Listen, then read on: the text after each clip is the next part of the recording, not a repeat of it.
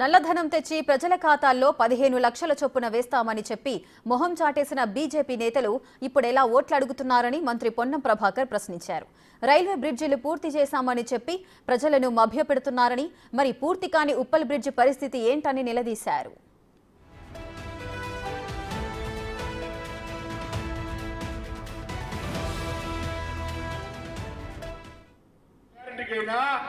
వియ్యపురాలింటికైనా ఎవలాడ Rajanna టెంపుల్కైనా Sammakka సారక్కైనా RTC బస్సులలో ఫ్రీగా ప్రయాణించడం, 500 సిలిండర్ ఇచ్చినాం, 200 యూనిట్ల కరెంట్ ఇచ్చినాం.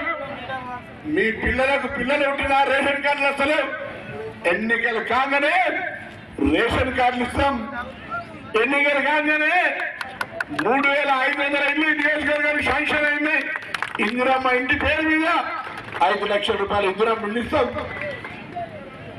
ముఖ్యమంత్రి చెప్పింది బల్ల కూతే ఆగస్టు నెలలో నా కార్యకర్తలలో ఊళ్ళో ఎప్పుడు ఎవరైనా టీఆర్ఎస్ అని బీజేపీ ఏమైనా నకరా చేసి అడిగితే మేము ఇన్ని చేసినాం, ఇలా చేయబోతా ఉన్నాం.